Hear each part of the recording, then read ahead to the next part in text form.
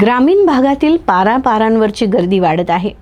विधानसभा निवडणुका झाल्यानंतर गायब झालेले भाऊ अण्णा दादा यांची लगबग वाढली आहे।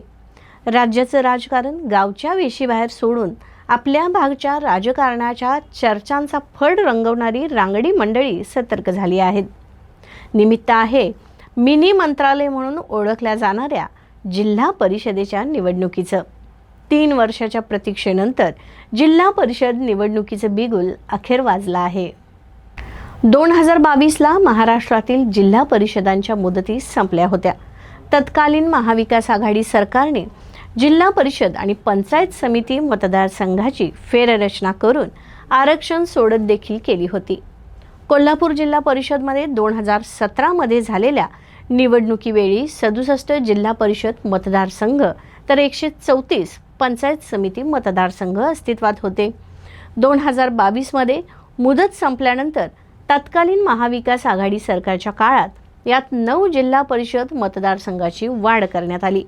पर्यायाने 18 नवीन पंचायत समिती मतदारसंघाची वाढ झाली आणि 67 ऐवजी 76 जिल्हा परिषद आणि 154 पंचायत समिती मतदारसंघ अस्तित्वात आले। ही मतदारसंघाची वाढलेली संख्या लक्षात घेऊन इच्छुकांची संख्या देखील वाढली। यामुळे पक्षांची आणि नेत्यांची एक अर्थी डोकेदुखीच वाढली होती। यावेळी निवडणुका जशा जवळ येतील तशा पक्षांनी नेत्यांनी राजकीय वाटाघाटी करून डोकेदुखी शांत केली होती। पक्षांचा आणि नेत्यांचा शब्द प्रमाण मानून इच्छुक कामाला देखील लागले होते। पण 2022 मध्ये महाराष्ट्रात झालेल्या ऐतिहासिक सत्तांतरानंतर या सर्व प्रक्रियेवर पाणी फेरलं गेलं आणि निवडणुका पुढे ढकलल्या गेल्या। ग्रामीण भाषेत सांगायचं झालं तर सगळ्या कामाचा चुतडा झाला। राज्यात बदललेल्या राजकीय समीकरणामुळे आणि निर्माण झालेल्या ओबीसी कायदेशीर आरक्षणाच्या पेचामुळे जिल्हा परिषद निवडणुका लांबणीवर पडत गेल्या आणि सर्वच इच्छुक विजनवासात गेले। आता सर्वोच्च न्यायालयानं ओबीसी आरक्षणाबाबत निकाल दिल्यामुळे स्थानिक स्वराज्य संस्थांच्या निवडणुकांचा मार्ग मोकळा झाला आहे।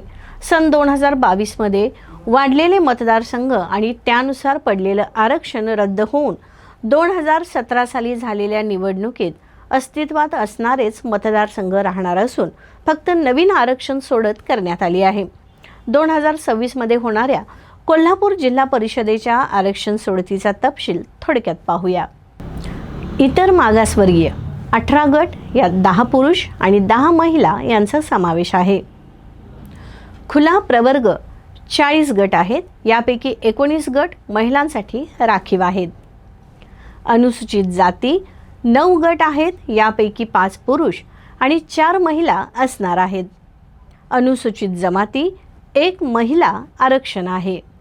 विधानसभा निवडणुका झाल्यानंतर गायब झालेले भाऊ अण्णा दादा यांची लगबग वाढली आहे। इच्छुकांच्या पक्ष आणि नेत्यांच्या कार्यालयातील फेऱ्या वाढल्या आहेत। या आरक्षण सोडतीनंतर पक्षाची आणि नेत्यांची पुन्हा एकदा डोकेदुखी वाढू शकते।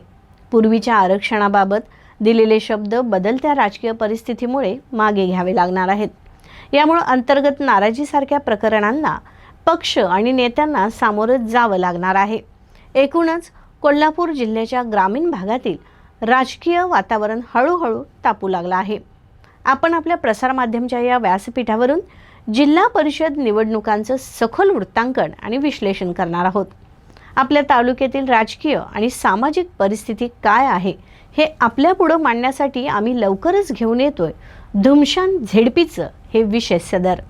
तोपर्यंत पाहत रहा प्रसार माध्यम, आपल्या हक्काचं चॅनल।